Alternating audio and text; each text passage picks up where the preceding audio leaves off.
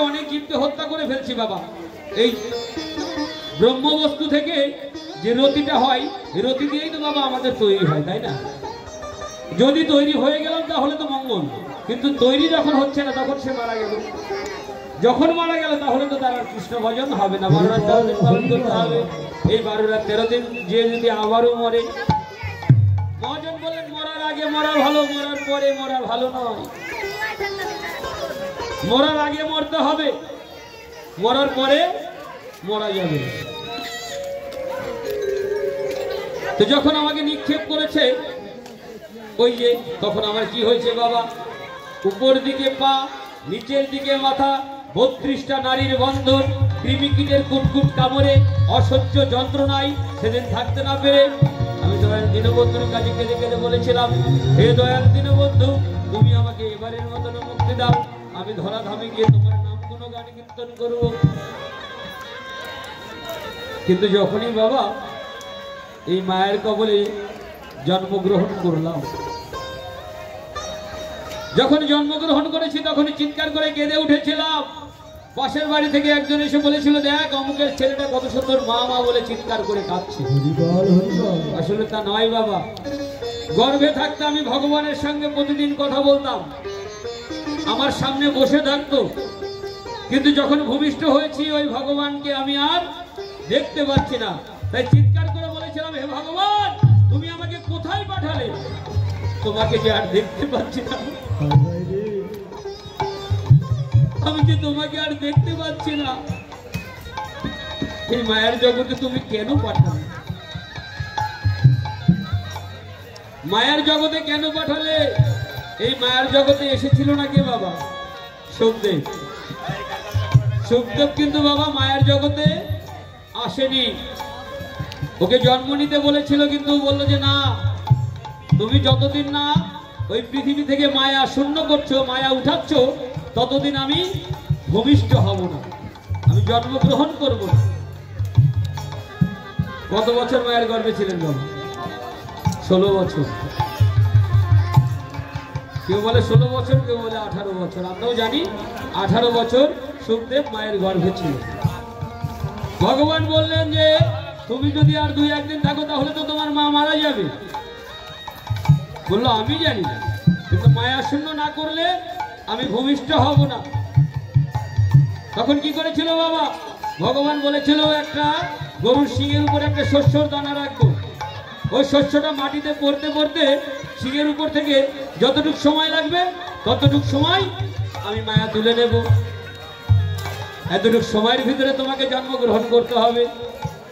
তো যখন শিঙের উপরে একটা শস্যর দানা রেখেছে, শস্যর দানা পড়তে পড়তে এদিকে 18 বছরের সুখদেব জন্মগ্রহণ করেছে। জন্মগ্রহণ করে যখন চলে যাচ্ছে হাঁটতে হাঁটতে, নদীর পাড়ে বাবা অনেক যুবতীরা স্নান করছে, গায়ে কোনো আভরণ নেই। যুবতীরা স্নান করছে, গায়ে কোনো আভরণ নেই, কিন্তু 18 বছরের যুবক ছেলে সে যখন হেঁটে চলে যাচ্ছে, তাকে দেখে ওই রমণীরা গায়ে আভরণ নিল না, গায়ের আভরণ নিল না। কিন্তু তার পিতা যখন ব্যাসদেব তার পাশ ছুটে যাচ্ছে, সুখদেব চলে যাচ্ছে, বাবা দাঁড়াও, বাবা দাঁড়াও, বাবা দাঁড়াও। ব্যাসদেব যখন যাচ্ছে তখন ওই রমণীরা কি করেছে? গায়ে আভরণ দিচ্ছে। তখন ব্যাসদেব বলেছিল, আমার 18 বছরের যুবক ছেলে সে চলে যাচ্ছে, তোমরা তাকে দেখে আভরণ নিলে না, আমি তো বৃদ্ধ, আমাকে দেখে তোমরা আভরণ নিচ্ছ কেন? বললো ওই সুখদেব জন্মগ্রহণ করেছে, মায়া নেই, ওর ভিতরে কাম নেই, ক্রোধ নেই, লোভ নেই, কোনো কিচ্ছু নেই, তাই ওকে দেখে আমরা আভরণ নিইনি। আর আপনার ভিতরে মায়া, কাম, ক্রোধ, লোভ সবকিছুই আছে, তাই আপনাকে দেখে আমরা আভরণ নিচ্ছি। নিতাই গৌর হরি বল।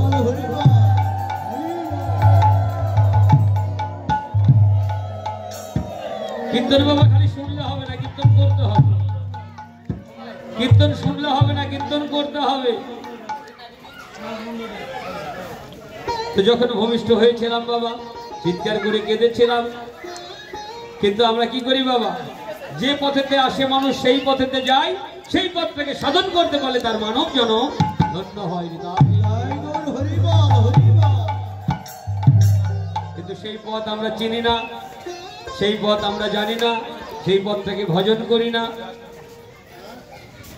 এই যে বাবা নারী পুরুষ, আমরা তো মনে করি আমরা মহাপুরুষ, আমরা মনে করি আমরা মহাপুরুষ, কিন্তু না, পুরুষ একজন, অনাদির আদি গোবিন্দ, উনি হলেন পুরুষ। আর আমরা কি বাবা? নারী পুরুষ একাকৃতি, সবাই হলো প্রকৃতি। প্রকৃতি হয়ে করো প্রকৃতির সন্ধান, দিনে দিনে বাড়িবে তোমার প্রেম তরঙ্গ। প্রকৃতির সন্ধান যদি তুমি না করতে পারো, তাহলে তোমার কৃষ্ণ ভজন হবে না।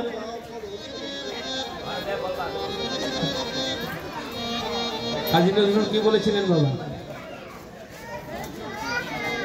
কাজী নজরুল একটি গান করেছিলেন, তুই হরিবল হরিবল,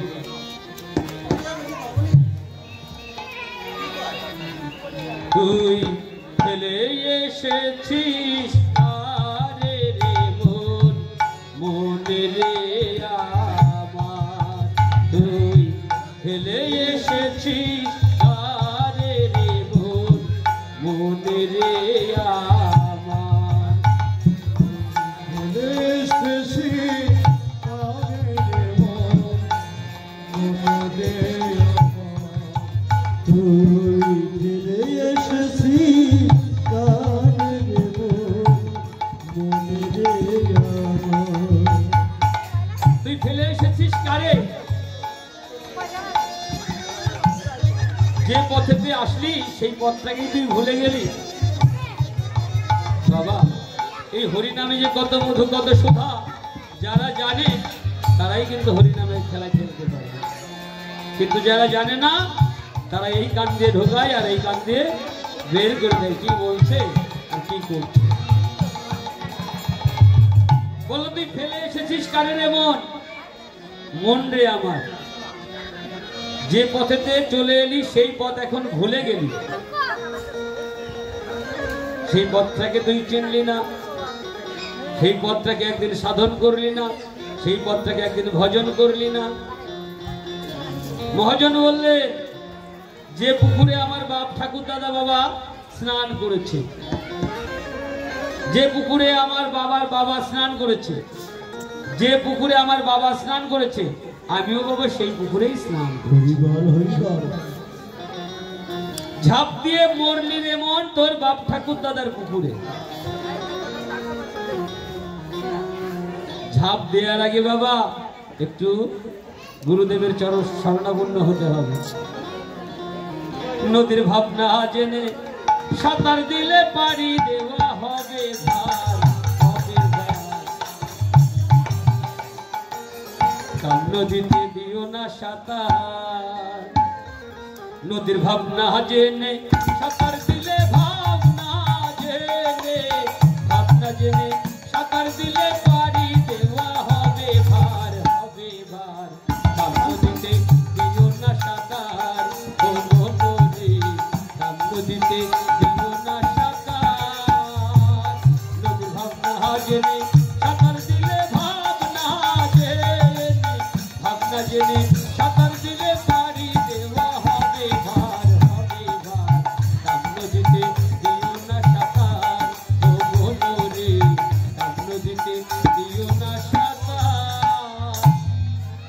নদীর ভাব আগে জানতে হবে। একটি নদীর তিনটি ধারা, হীরা পিঙ্গলা সুচমা। আর এদিকে কি বললেন বাবা? গঙ্গা যমুনা সরস্বতী। গঙ্গা যমুনা সরস্বতী বাবা। এই যে আমাদের এই দেহটা কিন্তু বাবা কুরুক্ষেত্রের মাঠ, এটা হচ্ছে কুরুক্ষেত্রের মাঠ। কুরুক্ষেত্রের যুদ্ধ হয়েছিল বাবা ধর্ম নিয়ে, তাই তো? ধর্ম আর অধর্ম, কাদের জয় হয়েছিল বাবা? যারা ধর্ম করেছিল তাদের জয় হয়েছিল। এই কুরুক্ষেত্রের মাঠ হচ্ছে বাবা এই যে আঙ্গিনা।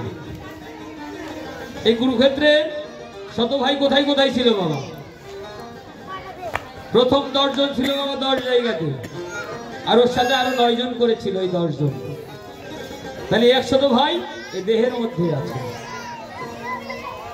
আর পাণ্ডুর কয় পুত্র বাবা? সবাই বলে পঞ্চ পাণ্ডব, কিন্তু কুন্তির হলো 3টি সন্তান, আর কুন্তির কি সতীনের 2টি সন্তান, আরেকটি সন্তান আছে বাবা বিয়ের আগে, তার নাম হচ্ছে কর্ণ। 6টি সন্তান কিন্তু বলা হয় বাবা 5টি সন্তান, পঞ্চপাণ্ডবের মা। এই দেহটা যদি পবিত্র করা যায় বাবা, এই দেহতে যদি ধারণ করা যায়, তাহলে ধর্ম লাভ করা যায়, গোবিন্দ লাভ করা যায়। গোপালকে যদি ফিরিয়ে আনা যায়, রূপের দর্শন হয়। বাবা এসেছি গুরুদেবের বাড়িতে, লীলা তো বাবা আপনারা শুনতে শুনতে শোনা হয়ে গেছে। এমন কোন পদ নেই যে আপনারা জানেন না। পদের ব্যাখ্যা করলেও বলবেন যে এটা তো প্রতিদিনই শুনি, কিন্তু বাবা গুরুদেবের বাড়িতে এসে যদি একটু গুরুদত্ত না বলা যায়, তাহলে লীলা পরিপূর্ণ হয় না। সবাই একটু দুটি বাহু উত্তোলন করবো বাবা।